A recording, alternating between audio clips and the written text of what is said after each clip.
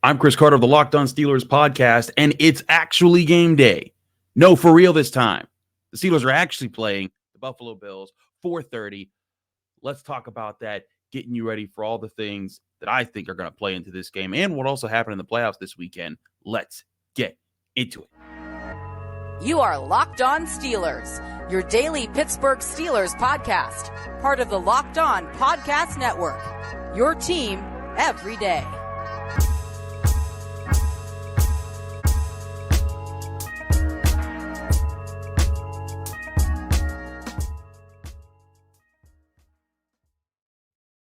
Hello and welcome to the Locked On Steelers podcast. I'm your host, Chris Carter, bringing you your daily dose of all things in the Pittsburgh Steelers. As always, you can find this show on your favorite podcasting app and on YouTube. Like this video if you enjoy it. Subscribe to this YouTube channel to get all of your daily Monday through Friday episodes, as well as our bonus content. We thank you for making us your first listen every day because we're your team every day. And today's episode is brought to you by Game Time.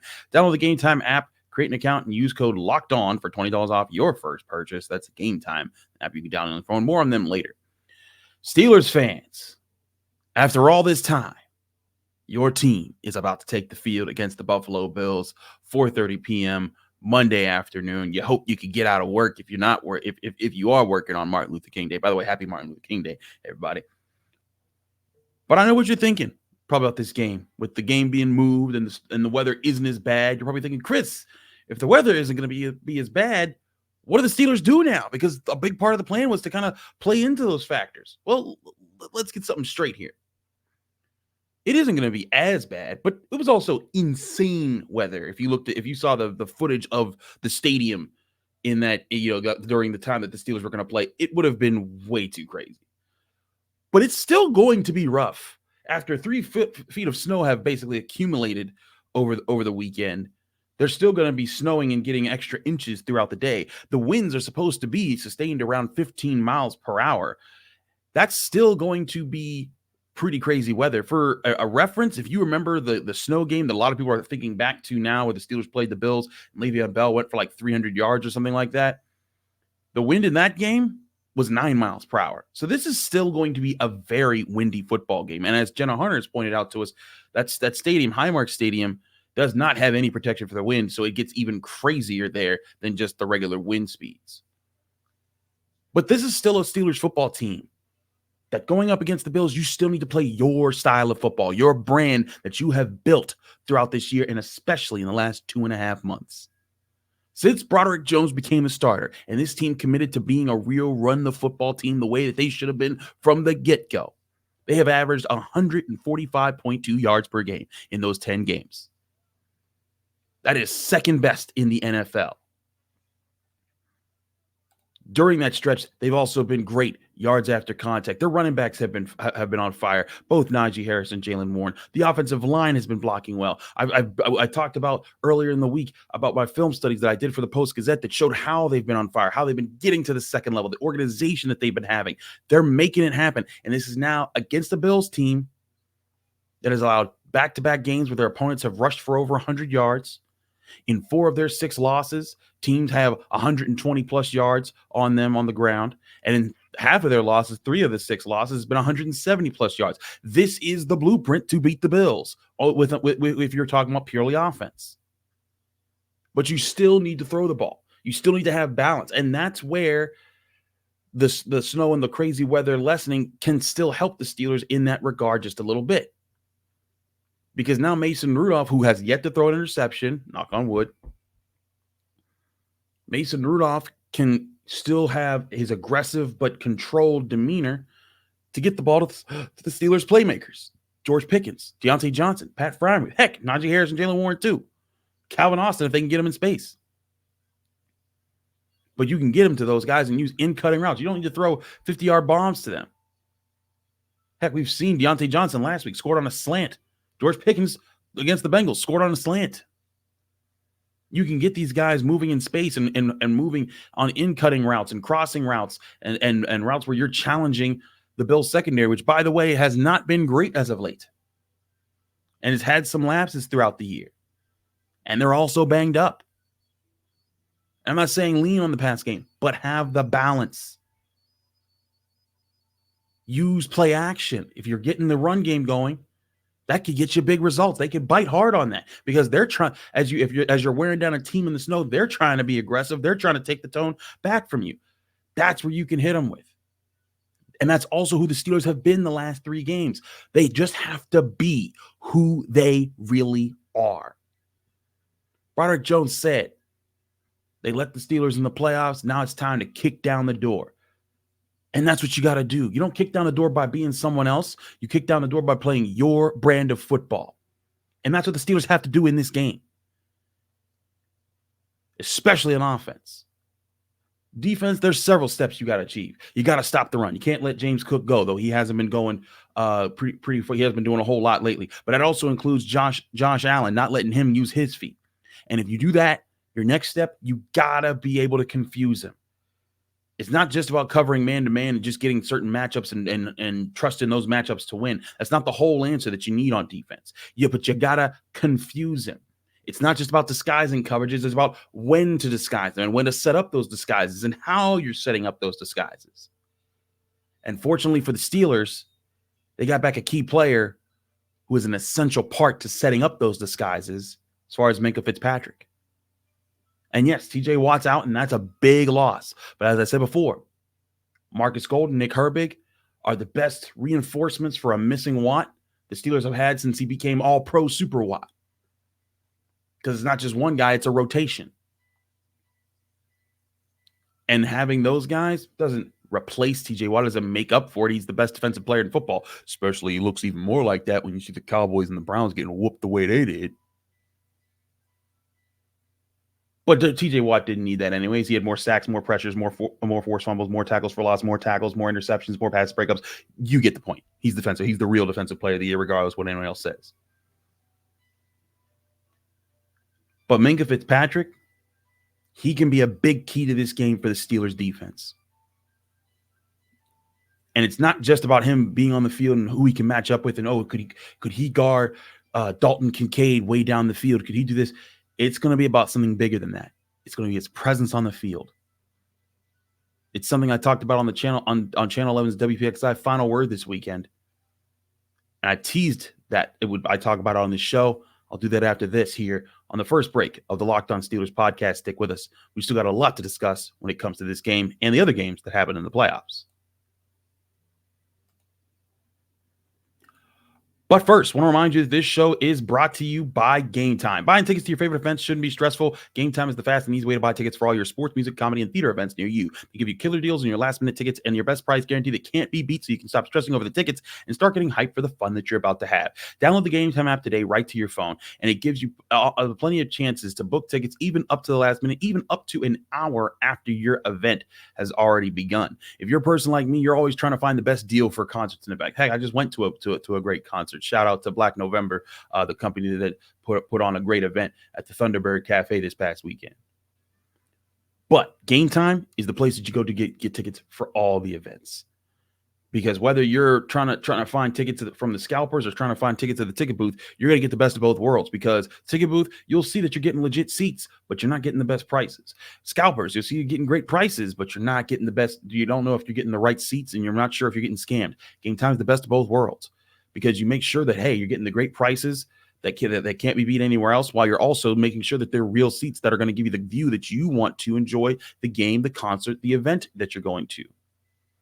And you can do that all through the Game Time app. And their best price guarantee, again, if you find tickets in the same section and row for less somewhere else, Game Time credits you 110% of the difference. Snag the tickets without the stress with Game Time. Download the Game Time app, create an account, and use code LOCKEDON for $20 off your first purchase, or go to the website gametime.co. Terms and conditions apply. Create an account, redeem code LOCKEDON for $20 off. Download Game Time today. Last minute tickets, lowest price guaranteed. This show is also brought to you by Jase Medical. The Jase case provides 5 life-saving antibiotics for emergency use. All it takes for a Jase case is to fill out a simple online form, and in some cases, jump on a quick call with one of their board-certified physicians. Get ongoing care from their physicians on any treatment-related questions. Doctor created, doctor recommended. Don't be caught unprepared, whether you're on extended travel, bracing for major weather events, or limited by yet another supply shortage. Jase Medical's got you covered. Thanks to your partners at Jase Medical, life-saving antibiotics and a long list of daily medications can be ordered on a 1-year supply, even ED generics like Cialis and Viagra. Jace handles everything from online evaluations to licensed pharmacy, medication delivery, and ongoing consultation and care. Jace Medical is simple. You go online, fill out a form, and then you get prescription life-saving medications right to your door. The Jace case gives you peace of mind so that you're not just hoping that you have access to medication in an emergency. Jace Medical makes sure you have the medication in hand. Go online right now at jacemedical.com to receive your 12-month supply on your daily medication. Remember to use promo code LOCKEDON at checkout for a discount as well. If you or someone you love would get peace of mind by having a year's supply of any daily medication, go to jacemedical.com to see if it's offered for you. Remember to use promo code LOCKEDON for $20 off your purchase at jacemedical.com.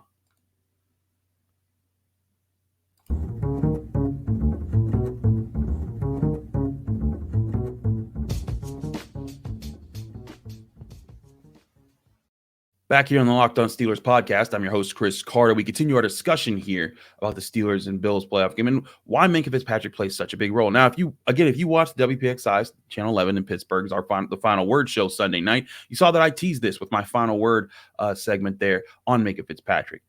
Here's more to it. It's not just that he's back on the field as a playmaker.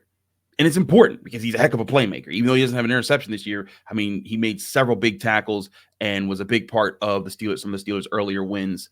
And having him back is a big deal. And who knows, this could be the game where he gets his first interception of the season. But I'm not just talking about his tackles or his interceptions as far as what he's going to bring to the table for the Steelers. I'm talking about his ability to be a coach on the field. That is a bigger deal than I think people realize. He'll know when and how the Steelers need to set things up, need to line up, need to put in their disguises. And remember, I put in that disguises part as an important part of this matchup. It's not just about about having a disguise. It's about knowing the layers to your disguises and your coverages, what you're showing, what you're faking out, what you're trying to fool the quarterback with, and then how to use it and how to execute it in the moment. The Steelers, if you remember the mid-2010s, I used to tweet about this a lot. If you followed me way back then, even when I was with DK Pittsburgh Sports in like 2017 or so, the Steelers used to not be able to disguise much because their secondary just wasn't smart enough. Or not smart enough isn't the right word, but they weren't coordinated enough to be able to disguise, cover two with cover four and try to bait guys into things. That wasn't something they could do consistently. These Steelers absolutely can, and it's one of the bigger factors why they have some of the better turnover numbers in the NFL. And Minkah Fitzpatrick is a big reason for that, even when he's been off the field. But to explain the layers and how this works in the game, I'll give you an example. For example, if you think a quarterback likes to attack the seams of a defense, meaning down the middle parts of the field. If there's cover three and there's a defender in the middle, defender to one sideline, defender to the other sideline, they'll try to hit those seams in between the middle defender and each of the sideline defenders. That's actually something that Josh Allen likes to do. We talked a little bit about this with Joe Marino of Locked On Bills back on our crossover Thursday episode. But you could show in those looks, you could show a cover three because you can say, hey, we're gonna have three deep safeties or three guys, two corners on each sideline backed off a bit, the safety in the deep middle part of the field. But then really you switch and you're actually in a cover one robber where the guys on the sidelines are actually just in man coverage. And you still have one guy hanging out deep, but then you have a robber guy. And what a robber is a guy who's in an intermediate zone. And your job is just to patrol those seams. Just wait for him. And you see him coming. And if you see him coming and the ball comes your way, make the play if they fall for it. Because that's what can often happen is if you get a quarterback thinking too much and they're thinking, oh, this is the look I've been waiting to see. This is the play that we like to run where we like to attack the seams. That's the look that we want to see there. But then you disguise it and they don't see what the disguise is. That's often when you get the chance to make the big play on defense and actually fool the quarterback. It's not as easy as me just saying these words right here and right now. It takes a lot of practice. It takes studying to know when to do it. It takes players smart enough knowing how to not to tip their hand to the quarterback so that the quarterback doesn't see it coming. There's a lot of layers to it. But you have to scheme it up. You have to execute it. And it takes not just coaches, but it takes players on the field to execute those things, to know when the certain look the Bills are giving you on a given play. Say, okay, this is the formation they like to do this in. Okay, so we got to be prepared for this. And if we're in the right situation, they call this, we have to be prepared to jump into this disguise and to be ready to pounce when if they don't see through our disguise in this coverage. That's where Minkah Fitzpatrick really comes in, because he's not just the guy who can make the guy who be the robber role who can jump the pass. He's the guy that can be the voice in the huddle that's making sure he's the extra coach on the field, making sure everyone understands, hey, remember, this is what we're selling, but this is what we're actually doing. This is how we're going to make this happen. And if they go somewhere else, be ready for that. That's where he comes in a big way. And he's a coach on the field. And I mean that he's a coach on the field because we've seen him be a coach off the field. If you remember last week against the Ravens, when Marcus Golden made that sack on 3rd down towards the end of the game, and the Ravens were trying to rush out their field goal team, Marcus Golden starts celebrating because it was kind of a game-clinching play. The Ravens were going to be pretty much out of it. But Golden starts celebrating, and he's running, and he's behind the line of scrimmage. And who's the person that points at him and tells him to get back on the field? But Minkah Fitzpatrick. He's always present. He's like, hey, get back on there, get on field goal block because they're about to kick it, and we can't afford an offsides penalty right now. He's always present. You can also go back to the Packers game early this year. I think it was the Packers game, not the Titans game, but the actual Packers game, where Minkah Fitzpatrick had the team call a timeout to make sure they got in the right prevent defense at the end of the game that he thought would be best. Because he was talking to Terrell Austin about that, and he was like, hey, let's get this look out on the field. They called a timeout, and he did it. And that's a game where he wasn't even in. That guy probably has a future in coaching. And he's probably going to do everything in his power on the field to be that coach and the player to make sure the team understands the plan, runs the plan the right way, and gets it done. And they have to get it done. This is the playoff. It's do or die. You have a chance to set those things up, and the Bills have too many weapons to just rely and just say, the Steelers can go man for man. Just trust your assignments and win your assignments all game long, personnel-wise. Even without Gabe Davis, Stephon Diggs, Dalton Kincaid, and Dawson Knox, those two tight ends especially, they could tear up the middle part of the field if the Steelers aren't ready for it. But if you have the right disguises in place that kind of shield where your coverage is actually coming from, where your blitzes are coming from, and Josh Allen can't get a read on what exactly you're doing on any given play, that could be the difference maker on defense. That could be the thing that gets him to accidentally make the wrong pass, that gets you the interception that flips the game in your favor. And that's, again, where Minkah Fitzpatrick is at his best, is making sure not only is he part of that, but everyone else in the secondary is as well, keeping the glue together. And Devontae KZ adds to that. That's why they've invested to get so many veterans in the secondary. I think that's why they went and got Patrick Peterson, because he fits into that. In fact, we talked about that a lot in the preseason. Devontae KZ, another veteran factor there. Eric Rowe, though he's off the practice squad, another veteran factor there. And now you have veteran guys at linebackers making sure that they understand they're part of it too. Landon Roberts, he knows what the deal is, but that's why they went and got Myles Jack. And he's part of that deal. So you have a lot of veterans, and you have the rookie Joey Porter Jr., who's going to have a huge role in taking on Diggs for most of the game. And all of them play a big role in trying to get that done. And that'll be a huge story for this game. Bigger than I think who lands up man-to-man, but how the Steelers disguise what they're doing, and can they get those turnovers from Josh Allen, who has given up, I think, the second most turnovers of any quarterback this season. We'll see if that difference is made, but I mentioned the Packers and the Steelers win over them. And at the time, people probably thought it was just another win over a mid-team. But they didn't look too mid against the Cowboys this weekend. Let's talk about these new playoff situations and where all the teams are, and why the Steelers' record against playoff teams is actually a good sign for their game against the Bills. More on that here on the Locked On Steelers podcast. I'm Chris Carter. Stick with us. We got more.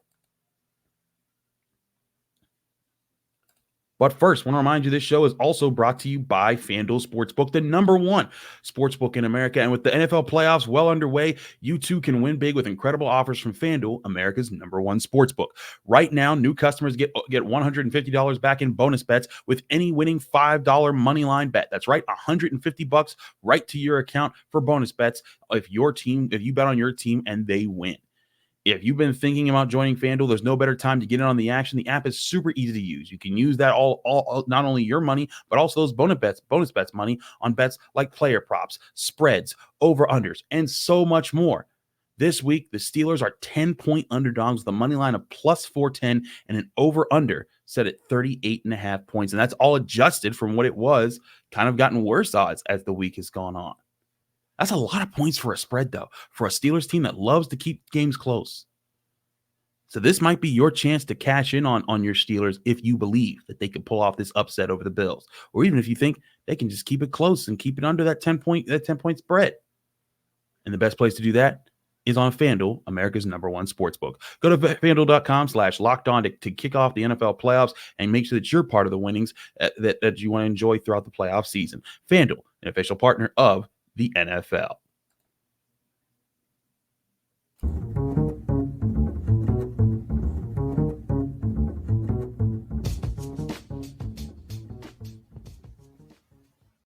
Back here on the Locked On Steelers podcast, I'm your host, Chris Carter. We're going to continue our discussion here. So before we get back to the Steelers, let's talk about what's happened in the playoffs so far. First of all, in the NFC, good for the Lions, man. Good for Detroit. Their first playoff win in 32 years. That had to be an amazing feeling. The fans were like in the stadium, like no one had even left like an hour after the game. And I know that because I had a friend of mine who was there. And I've got some great friends who've been diehard Lions fans, and I've sat with them through some real painful games, some real painful years. So it was awesome to be able to see them celebrate. Shout out to my friends Jamie and Alexa, especially. Y'all some real Lions fans to go through it and to being loyal throughout all the tough years and getting that moment. That's too cool. Speaking of the NFC North, the Packers beating the crap out the Cowboys. That was pretty ugly.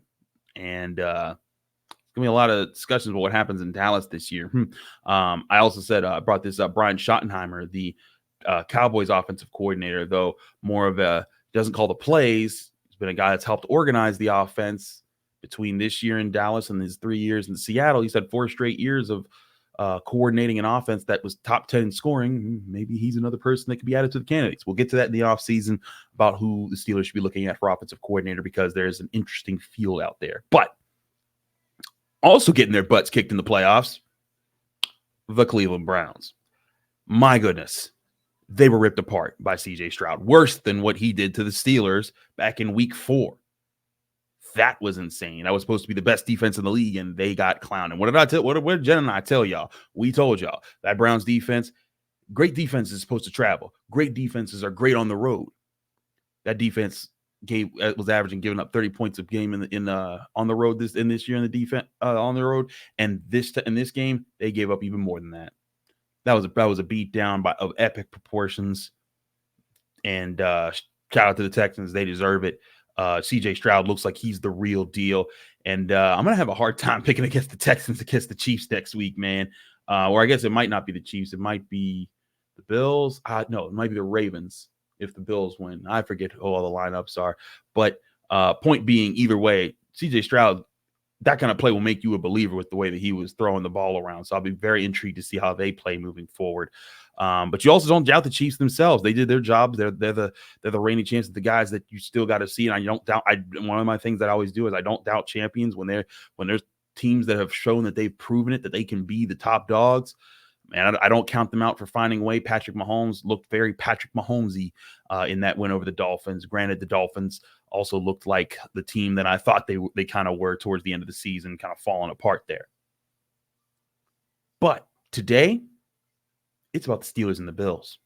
If you followed along with this show, you know that I picked the Steelers this week, and I talked about how the weather was a factor, and I picked them to win 23-21. And, there's a chance that I have here to amend that pick with the weather situation and having an extra day and all the other stuff here.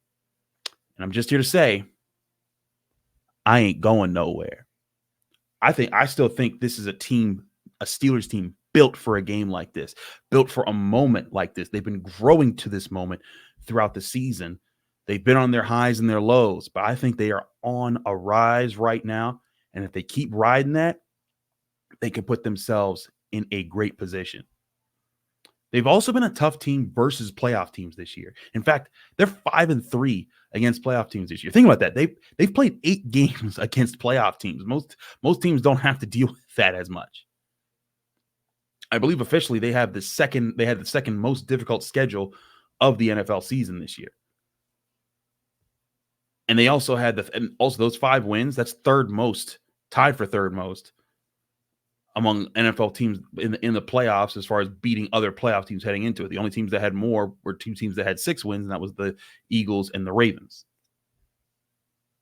The Bills also have 5 wins, so they're tied, and they're ready too. And listen, the Bills, I'm not shocked here if the Bills win this game. They're a very talented team, and they're a team that, as I've said before, I thought they were the worst draw the Steelers could have got between the Bills, the Chiefs, and the Dolphins going into this weekend. I think that the Steelers would have matched up with the Chiefs very well. They would have matched up with the Dolphins very well, and they would have. I think that this was the one team that if the Bills are on their A game, they're going to be the toughest to beat. But they have to be on their A game. And if the Steelers can knock them out of it, they can catch them off guards and stuff, they can take advantage of that here. And that's what the Steelers have to do. But this is also a year that this is supposed to be the Bills' year. And I think if they beat the Steelers, they are going to be a formidable opponent. I would give them I'd make them favorites against the Chiefs. And I would be very intrigued to see if they play the Ravens in the AFC Championship game, how that game went down. But the Bills also are who they've been for years. We've had years to see who they are, their identity and everything. They lived through Josh Allen. That's what they're supposed to do. And that's not a bad thing. That's a good thing. He's a very talented quarterback and he deserves all the credit in the world. But these Steelers, they know who they are. But I don't know if there's enough tape to show everyone all the things that this team can still do. I think that there's still more on the plate for the Steelers to show as an offense, especially. The different ways they want to run the ball, the different ways they want to play off that run, the different ways that they can incorporate the passing game and show one look to get another thing on offense. This is a team that can do a lot more damage than some of the last Steelers playoff teams. That if this isn't the same team, and I said this before, and then several Steelers have said this before, this isn't the same Steelers team that got whooped by Kansas City in the playoffs 2 years ago. This isn't even the same team that got whooped by the Browns 2 years before. No, was it 2 years before that? No, it was the year before that. And that was a team that, again, they started out 11-0. They got wrecked by injuries. They got wrecked by being tired because the league took their bye week from them, and then had their other week against the Ravens jumbled up and across the place. And that all of that led to the oldest roster in the NFL having a lot of its older players kind of beat down at the end of the season. Shocker there. But this team's different. This team's young. This team's focused. This team is it knows who they are. That last year when they lost to the Chiefs in the playoffs, that offense didn't know who they were. They were basically, hey, Ben, let's try to put some stuff together, man, and hope for the best, and we'll try to get some things here and there.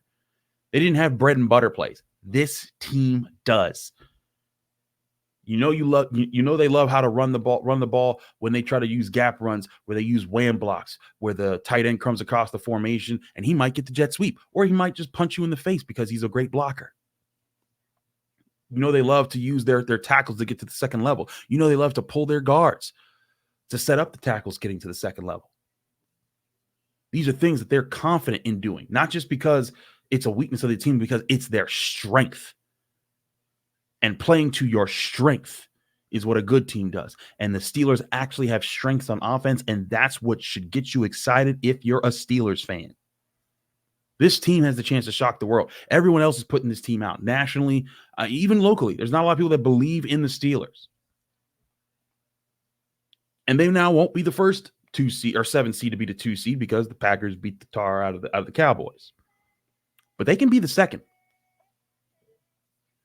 And that would change the tone entirely of how these playoffs look if they pull this off. I've said for a while, this is anyone's year in the AFC. So why not make it your own, Steelers? You can do that starting by upsetting the Bills, playing your style of football, making them have to, you setting the tone, making them have to play by your pace of the game. And you do that, and you got the Baltimore Ravens coming up next, and you know how to play against them. So one step at a time. Can they go into Buffalo, and can they play their style of football, dictate the pace, win time possession, possess the football, run the football well, play some strong defense, get a couple mistakes out of Josh Allen, and pull off the upset that keeps their playoff hopes alive? Whether they do or not, I'll be here on the Locked On Steelers podcast, breaking it down right after the game here. So stay tuned right here on this podcasting app, on this show, on your favorite podcasting app, or on YouTube. Thanks so much for tuning in to us here on the Locked On Steelers podcast all season long. Enjoy the game, Steelers fans, whether you're getting off of work, taking off work, or enjoying Martin Luther King Day, whatever you're doing. We hope you have a good time doing it. And we hope that you have a good time with us after the game here on the Locked On Steelers podcast. I'm your host, Chris Carter. Follow me on Twitter and Instagram at Carter Critiques. Read my work at the Pittsburgh Post-Gazette. Find me here on the Locked On Steelers podcast Monday through Friday. We hope to enjoy you then. Rate us 5 stars on Apple Podcasts if you want to help us out even further. We'll see you here after the game right here on the Locked On Steelers podcast.